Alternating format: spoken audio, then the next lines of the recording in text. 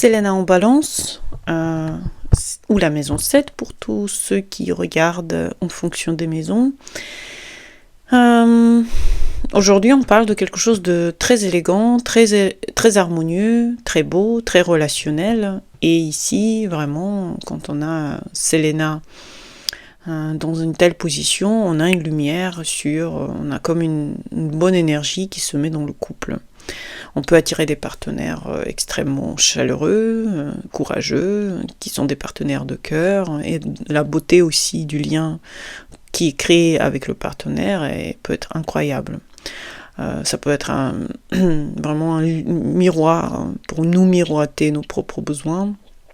Ça peut être quelqu'un qui vraiment nous montre à travers son comportement comment nous on devrait être, par exemple, et peut nous apaiser, peut nous équilibrer. Donc la personne avec la Selena en balance va avoir une harmonie naturelle dans le corps et peut très vite ressentir ce qui est déséquilibré dans une relation.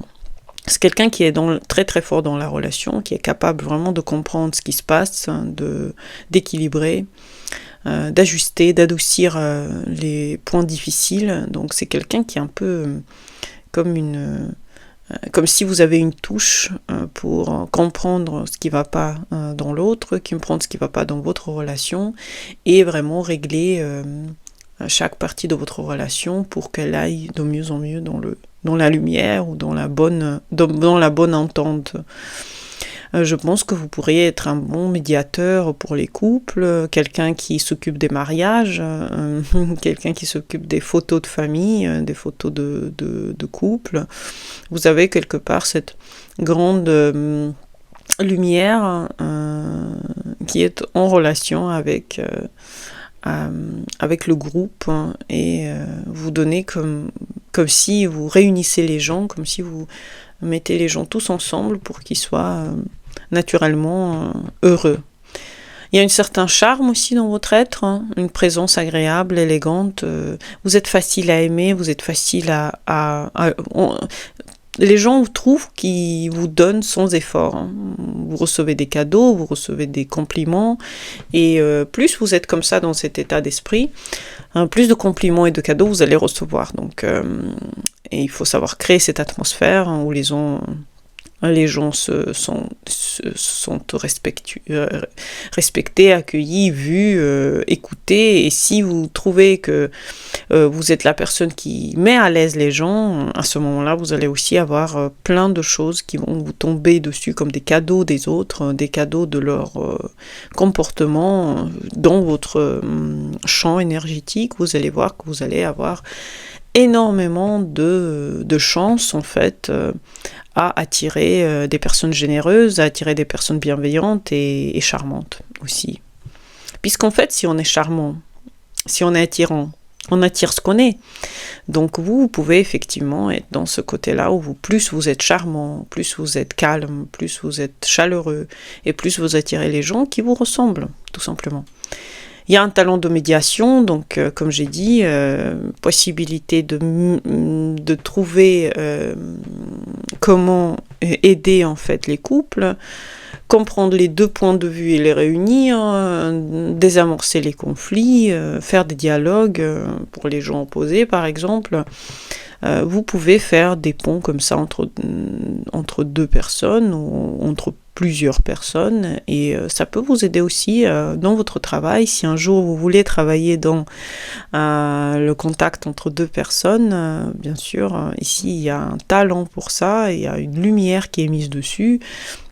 Vous pouvez faire un pont entre deux mondes émotionnels. Il y a un sens de justice aussi assez élevé, et c'est une justice qui est un petit peu une justesse de cœur. Vous décidez ce qui est le meilleur aussi par rapport à ce que vous ressentez, par rapport à ce qui est vous. Donc instinctivement, vous êtes équitable, équilibré, et vous pouvez donner aussi cette capacité à réguler les choses, comme une balance le fait, dans la justice et dans le sens du bon truc au bon moment, par exemple. Dans l'esthétique aussi, un lien exceptionnel avec l'art, avec l'harmonie visuelle, les couleurs, les sons, les relations qui sont harmonieuses aussi, et inspirantes.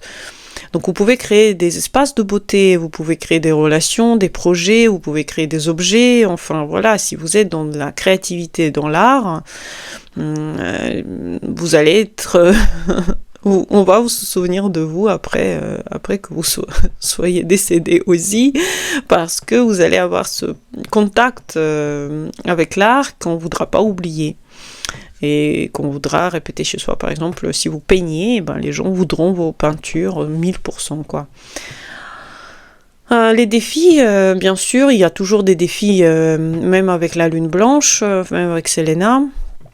Ne pas disparaître dans l'autre, ne pas oublier soi-même dans ce que vaut l'autre. Donc, ne pas trop s'adapter, éviter qu'on vous manipule. Enfin, si on essaye de vous... voilà.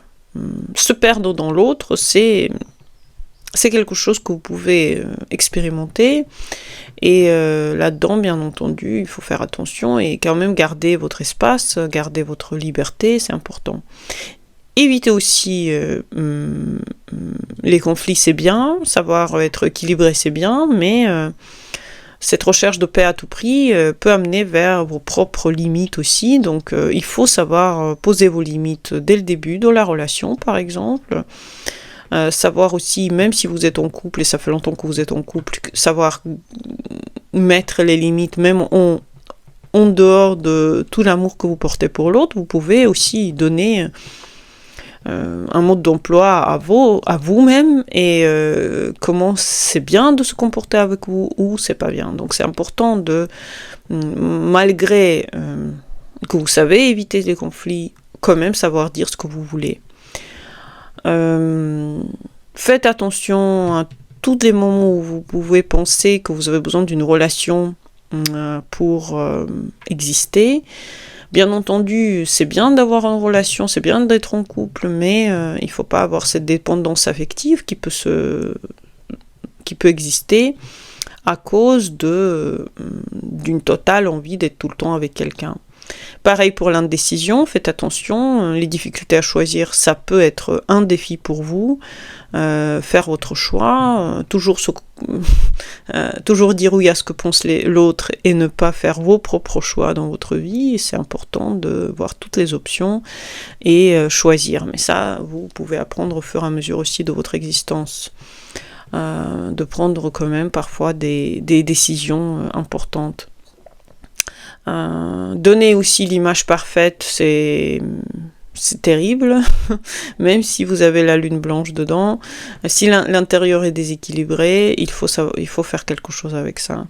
Donc, tout va bien, un gros sourire, et après, derrière, il y a un gros déséquilibre. Faites attention à ça.